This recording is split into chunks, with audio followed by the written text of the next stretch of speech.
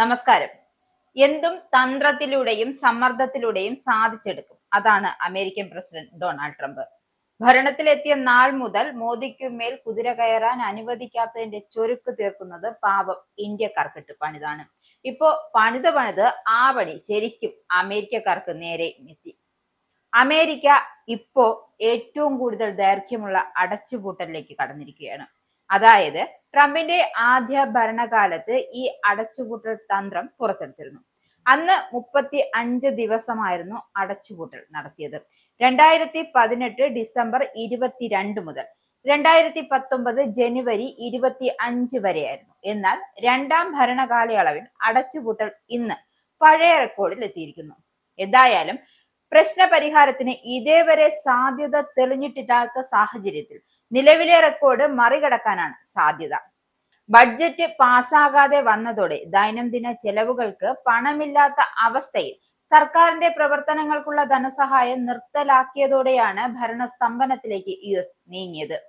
സർക്കാർ അടച്ചുപൂട്ടൽ അനിശ്ചിതത്വമായി നീളുന്ന സാഹചര്യത്തിൽ ഫെഡറൽ ജീവനക്കാരുടെ ശമ്പളം മുടങ്ങിയിരിക്കുകയാണ്. US-ലെ ദശലക്ഷക്കണക്കിന് ആളുകൾക്ക് ഭക്ഷ്യസഹായം ഉൾപ്പെടെയുള്ള ഫെഡറൽ സേവനങ്ങൾ തടസ്സപ്പെട്ടിരിക്കുകയാണ്. രാജ്യത്തെ ലക്ഷക്കണക്കിന് കുടുംബങ്ങൾക്ക് നൽകുന്ന ഭക്ഷ്യസഹായ പദ്ധതി SNAP തുടരുന്നത് സംബന്ധിച്ചും അനിശ്ചിതത്വം തുടരുന്നുണ്ട്. ഇതുവരെ 13 തവണയാണ് സെനറ്റിൽ ബഡ്ജറ്റ് പരാജയപ്പെട്ടത്. ബഡ്ജറ്റ് പാസ്സാകാൻ 60 വോട്ടുകൾ ആവശ്യമാണ്. നിലവിൽ 53 മുതൽ 47 സെനറ്റിലെ കക്ഷി നില.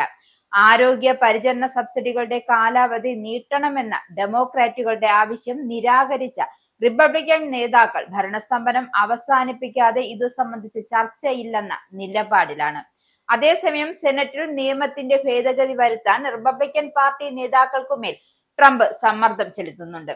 ഹൗസ് സ്പീക്കർ മൈക്ക് ജോൺസൺ, സെനറ്റിലെ റിപ്പബ്ലിക്കൻ കക്ഷി നേതാവ് ജോൺ തൂൻ എന്നിവർക്കുമേൽ പരസ്യമായും ആവർത്തിച്ചും ട്രംപ് സമ്മർദ്ദം ചെലുത്തുന്നുണ്ട് എന്നാണ് വൈറ്റ് ഹൗസ് പ്രസ് സെക്രട്ടറി വ്യക്തമാക്കിയത്. ഡെമോക്രാറ്റിക് പാർട്ടിയുടെ പിന്തുണയില്ലാതെ സർക്കാരിന്റെ പ്രവർത്തനങ്ങൾ പൂർവ്വസ്ഥിതിയിലാക്കാനാണ് നിയമ ഭേദഗതിയിലൂടെ ട്രംപ് ലക്ഷ്യമിടുന്നത്. ഒരു മാസത്തിലേറെ തുടരുന്ന ഭരണസ്തംഭനം US-നെ ആകെ ബാധിച്ചിട്ടുണ്ട്. സർക്കാർ സേവനങ്ങൾ മുടങ്ങിയത് ജനങ്ങളെ ദുരിതത്തിലാക്കിയിരിക്കുകയാണ്. അടച്ചുപൂട്ടലിനെ തുടർന്ന് സാമൂഹ്യ സുരക്ഷാ ചെലവുകൾ, ആരോഗ്യ പരിചരണ ചെലവുകൾ, വിദ്യാർത്ഥികൾക്കുള്ള സഹായങ്ങൾ തുടങ്ങിയവയെല്ലാം മുടങ്ങി. ശമ്പളമില്ലാത്ത സാഹചര്യത്തിൽ സർക്കാർ ജീവനക്കാർ കടുത്ത സമ്മർദ്ദത്തിലാണ് എന്ന റിപ്പോർട്ടുകളുമുണ്ട്. എയർ ട്രാഫിക് കൺട്രോളർമാർ അവധിയെടുത്തതോടെ ജീവനക്കാരുടെ അഭാവം വിമാനത്താവളങ്ങളുടെ പ്രവർത്തനത്തെ താളം തെറ്റിച്ചു. അടച്ചുപൂട്ടൽ 2ാം മാസത്തിലേക്ക് നീങ്ങുന്നതോടെ രാജ്യത്താകെ ബാധിച്ച പ്രതിസന്ധി എങ്ങനെ പരിഹരിക്കുമെന്ന ആശങ്കയിലാണ് ട്രംപ് ഭരണകൂടം. ഇസ്രായേലിന്റെ 5 സൈനിക താവളങ്ങളിൽ കനത്ത നാശനഷ്ടം. മോദി വെളിപ്പെടുത്തുന്ന ഇന്ത്യയുടെ വികസനത്തിന്റെ മയക്കുമരുന്ന് വിൽപ്പനയ്ക്കെതിരെ ശക്തമായ നടപടിയെടുത്ത് ഷാർജ പോലീസ്. അമേരിക്കയിലെ സാധാരണ മനുഷ്യരോട് കൂടിയാണ് കോൺഗ്രസിനുള്ളിൽ പങ്കുവയ്ക്കാൻ വിളിച്ച ഓപ്പറേഷൻ സിന്ദൂറിൽ ഉപയോഗിച്ച